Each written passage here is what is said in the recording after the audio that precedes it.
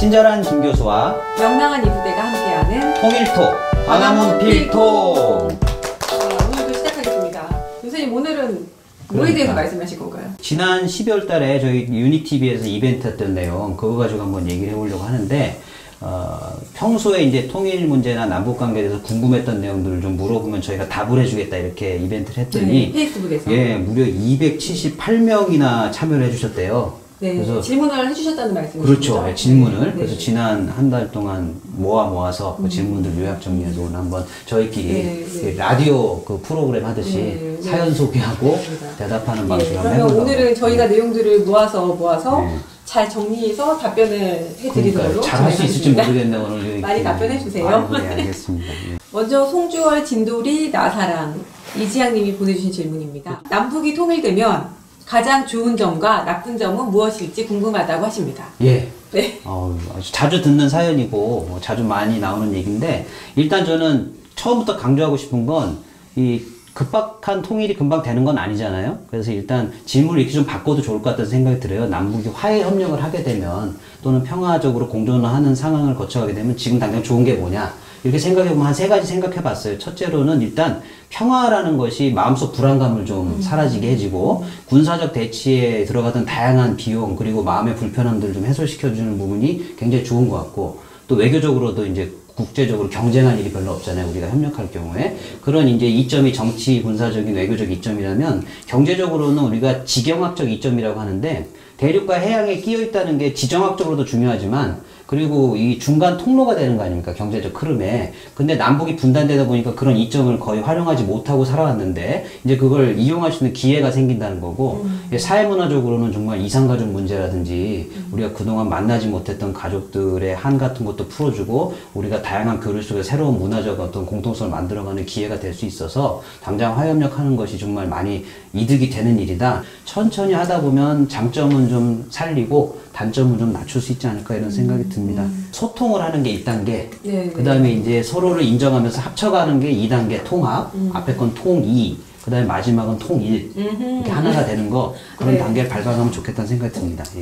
네, 잘 들었습니다, 교수님. 어이구, 부대원님한테도 질문이 들어왔습니다. 그렇습니까? 이거 참 골고루 질문이 들어왔네요. 통일을 위해서 정부에서는 도대체 어떤 노력을 하고 있는지 궁금하다고 안소연, 문은정, 김정선 님이 질문을 올리셨습니다. 통일을 위해서 우리가 어떤 노력을 하고 있을까요? 라고 해서 제가 이렇게 반출을 해보니까요.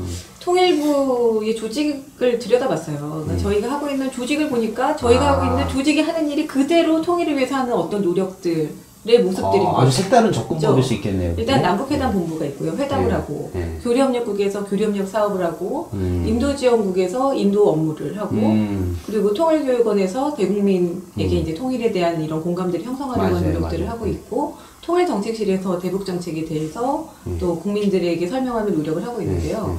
지난 50년간 우리가 했던 것들이 북한에 대한 뭐 분석국도 물론 있고요. 정세분석국에서 북한에 대한 분석 업무를 병행하면서 어떤 회담, 교류 이런 각 실국이 하는 업무들 그 본연에 하는 일이 어떻게 보면 우리가 통일을 위해서 하는 정책적 노력이다 라고 볼 수 있는 측면들이 있는 어떻게 보면 너무 거창하게 바라보기보다는 우리 조직 자체를 보다 보면 그게 보인다는 거죠. 그게 50년 동안 우리가 해왔던 일들이고 또 지금 우리가 하고 있는 문재인의 한반도 정책을 보면 또 지금 우리가 가지고 있는 비전이 2가지잖아요. 평화 공존과 공동 번영. 그래서 함께 평화를 통해서 함께 서로 공존을 해 나가고 궁극적으로는 평화와 경제가 선순환되는 관계 속에서 함께 잘 살아보자라는 것이기 때문에 그렇게 어렵지 않게 이해하실 수 있을 것 같습니다. 부대원님 하나 빼놓고 얘기하셨어요. 우리 조직에서 유니TV, 우리 광화문 필통. 제가 보기엔 이 광화문 필통이 굉장히 중요한 일을 하고 있다고 생각합니다. 우리 통일방송팀 훌륭한 일을 하고 있죠. 남들이 인정해주지 않더라도 우리 스스로가 자존감을 높이면서 파이팅! 그러면 이번에는 저한테 질문이 또 있네요. 제가 다음 질문을 알겠습니다. 드리겠습니다. 승관이님을 비롯해서 몇몇 분들이 우리 탈북민들에 대해서 질문을 주셨어요. 이제 탈북민 3만 명 시대를 맞고 있는데 이것을 어떻게 보아야 할까요? 이 북한의 탈주민 또는 뭐 탈북민들이라고 우리 악칭해서 부르는 분들을 보통 흔히 말할 때 먼저 온 통일 이런 얘기 많이 했었어요. 그러니까 먼저 온 통일이 뭐냐면 통일이 이제 제도적으로 하나로 합쳐나가는 과정일 수도 있겠지만 그건 이제 형식적인 거고, 내용적으로 또는 실질적으로는 사람과 사람이 서로 인정하고 공존하는 거잖아요. 근데 공존을 하려면 다름을 좀 일단 우리가 바라보고 직면한 뒤에 다른 걸 내가 수용할 수 있는지 없는지를 좀 확인하는 과정이 필요한데, 북한 이탈 주민들이 한국에 와서 살면서 우리 여기가 고향인 네. 사람들과 이제 어울려 살다 보면 우리가 이런 게 같기도 하지만 이렇게 달랐구나. 네. 그런 것들을 이제 확인하고 연습하는 과정이라서 저는 북한 이탈 주민들이 우리 향후의 평화 공존이나 통일 또는 뭐 공동 번영까지도 포함해서 많은 일들을 우리에게 할 수 있는 기회를 제공해 주기도 하고 그리고 많은 부분 깨닫게 해주는 역할을 해주는 분들이라는 생각이 들어서 그분들의 역할은 그게 제일 크지 않을까 생각이 들고, 또 한 가지는 이분들이 우리에게 빨리 분단을 좀 극복해야겠다, 싸우지 말아야겠다, 그런 의지를 좀 북돋아 주기도 하는데, 핵심은 왜 그러냐면 이분들이 또 하나의 이산가족이에요. 그러니까 우리가 이산가족 하면 범주를 그냥 한국전쟁 끝난 이후에 그때 헤어진 어떤 실향민이나 전쟁 이산가족만 생각하는데, 북한 이탈 주민들도 온 가족이 다 넘어오지 않는 이상은 그렇죠. 사실상 이산가족이죠. 탈북민 자체가 남북 관계가 화해에 협력하지 않으면 자기 가족을 이제 만날 수가 없잖아요. 이제 그런 맥락에서 북한 이탈 주민들을 우리가 좀 바라볼 필요가 있지 않겠냐 이런 생각을 해봤어요. 이어지는 질문 같네요. 저희가 이게 잘 구성을 한 것 같아요.